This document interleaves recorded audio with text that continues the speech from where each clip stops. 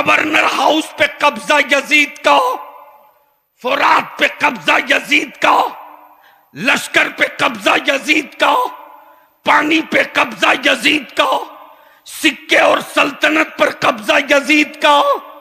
लेकिन उस हुसैन के सामने हाथ फैलाए खड़ा है जिस हुसैन के घर 3 दिन से चूल्हे में आग नहीं जली है। 3 दिन से चूल्हे में आग नहीं जली है। बार देखा अजमेर शरीफ में लंबी भीड़ लगी है। अब चादर बेचने वालों को तो आला हजरत समझ में नहीं आएंगे, सीधी बात। अगरबत्ती मोमबत्ती बेचने वाले को ताजु शरिया समझ में नहीं आएंगे, और आला हजरत की शमे शबिस्ताने रजा देखकर किताब से ताबीज बेचने वाले को मुफ्ती आजम समझ में नहीं आएंगे। क्लियर बात। जैसे ही अजमेरे मुअल्ला पहुंचा, मैं तो कहता हूं यारो, भारत में वो सिर्फ गरीब नवाज नहीं है रे, भारत में वो ईमान वालों के मुश्किल कुशा हैं। अल्लाह अकबर। भारत में वो ईमान वालों के मुश्किल कुशा हैं।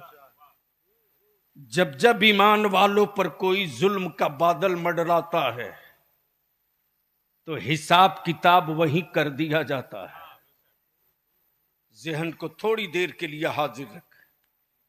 जैसे ही पहुंचा देखा वहीं भीख मंगों की लाइन लगी है, लाइन लगी है।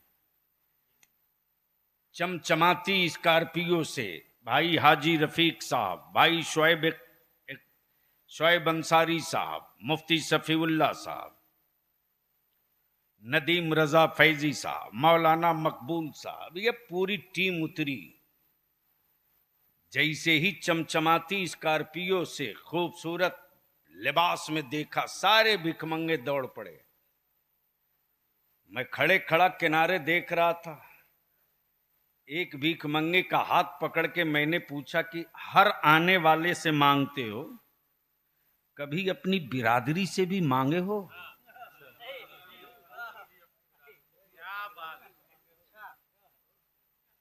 तो भिखमंगे ने जवाब दिया, मैं भिखमंगा जरूर हूं, भेजा लेस नहीं हूं। मुझे मालूम है कि अपनी तरह वालों से नहीं मांगा जाता।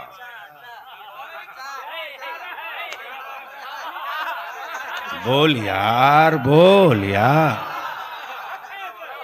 मुझे मालूम है कि अपनी तरह वालों से नहीं मांगा जाता, अपने से बेहतर वाले से मांगा जाता। अब बलियाबी को अर्ज करने दो।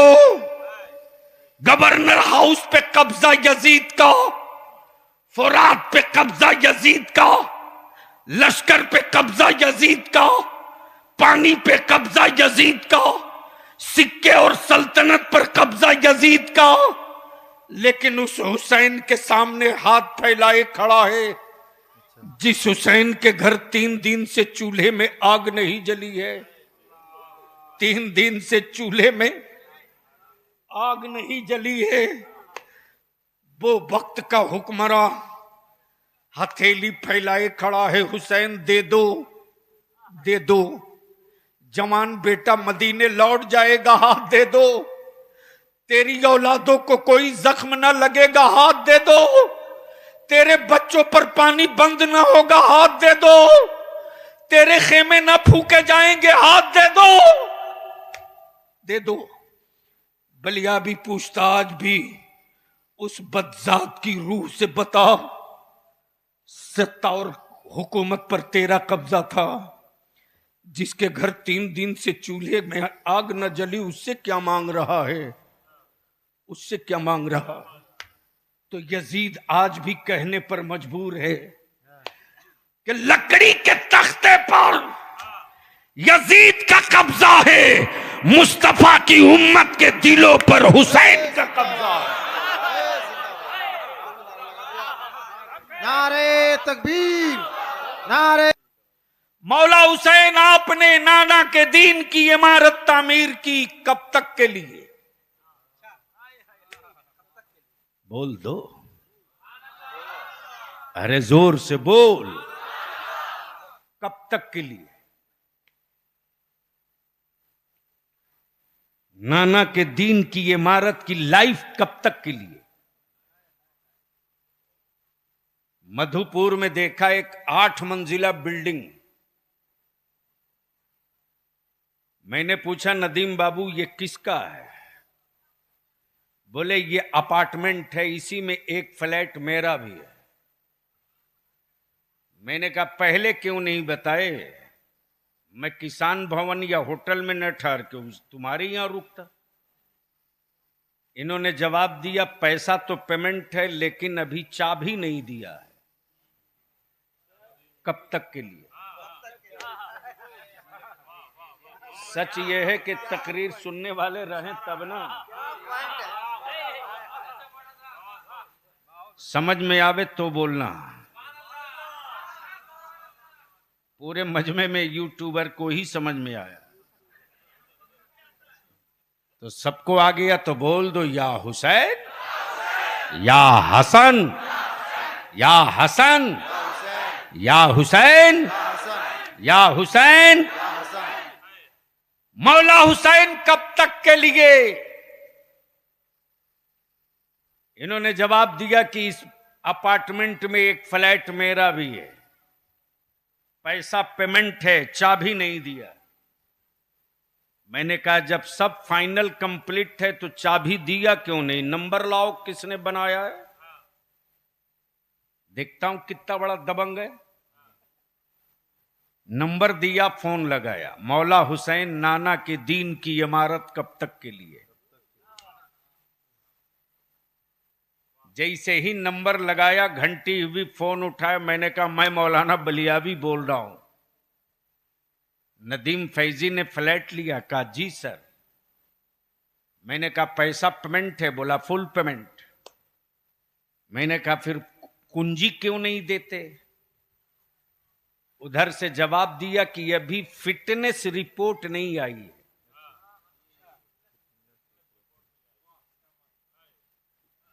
फिटनेस रिपोर्ट नहीं आई। मैंने कहा तो अभी इंजीनियर को भी बुला लो, सुपरवाइजर को भी बुला लो, ओवरसियर को भी बुला लो, आर्किटेक्टर को भी बुला लो, जिसने नक्शा बनाया उसको भी बुला लो, सेफ्टी मैनेजमेंट वाले को भी बुला लो। तेरी ऑफिस में मैं आ गया। जैसे ही पहुंचा उसने एक नक्शा निकाल के रखा। नक्शे में जब रखा तो उसने दिखाया, देखिए यही वो मैदान है, यही वो मैदान है। इसी मैदान में पानी यहां पर है। काश गुफ्तगू सुनने वाले होते। बोल यार, बोल यार, बोल। पानी यहां पर है, पार्किंग यहां पर है, रिहाइश इधर है, स्विमिंग पूल इधर है, सामूहिक लाइब्रेरी उधर है। इसके बाद जो ऊपर के फ्लैट बने हैं इसमें इतना नंबर इनका है, इतना नंबर इनका है, इतना नंबर इनका है, और ये वाला नदीम साहब का है। मैंने कहा चाबी दो। बोला अभी फिटनेस रिपोर्ट नहीं आई। सब आ गए, नक्शा टेबल पर रख दिया, समझाया। उसने कहा सब कुछ इसी बिल्डिंग में है। क्या कहा? सब कुछ इसी बिल्डिंग में। मैंने कहा तो फिर एक बात बता दे कि इस बिल्डिंग की लाइफ कितनी है?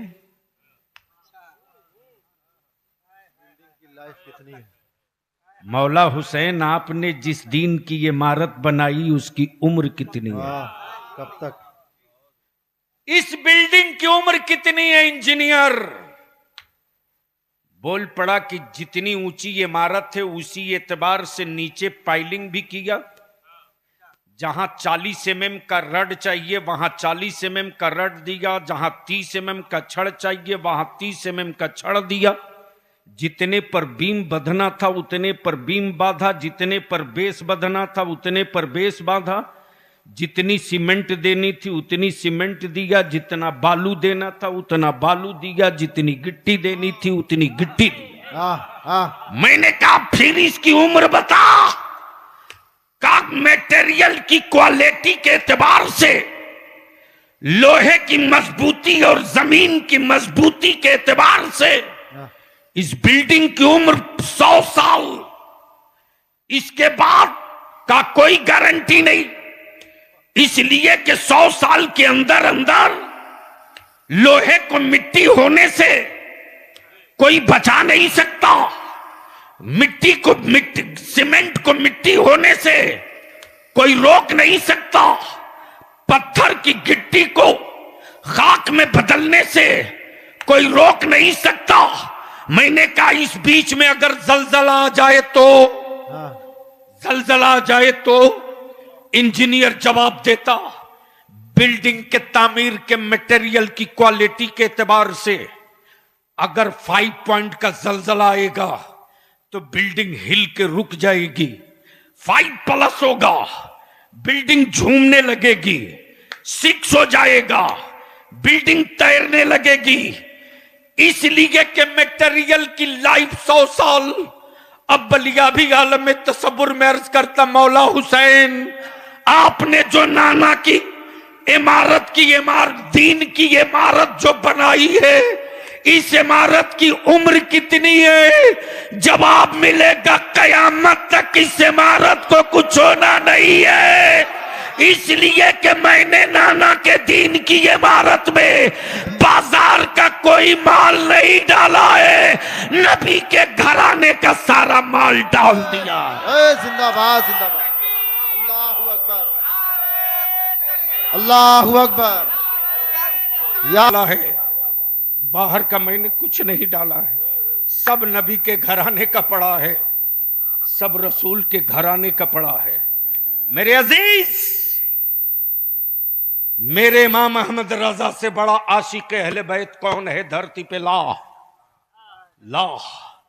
लेकिन मैं अपनी कौम के जवानों से हाथ जोड़ के कहूंगा, जो करबला में न हुआ है वो अपने गांव की सड़कों पर मत करो, जो करबला में नहीं हुआ अपने मोहल्ले में मत करो।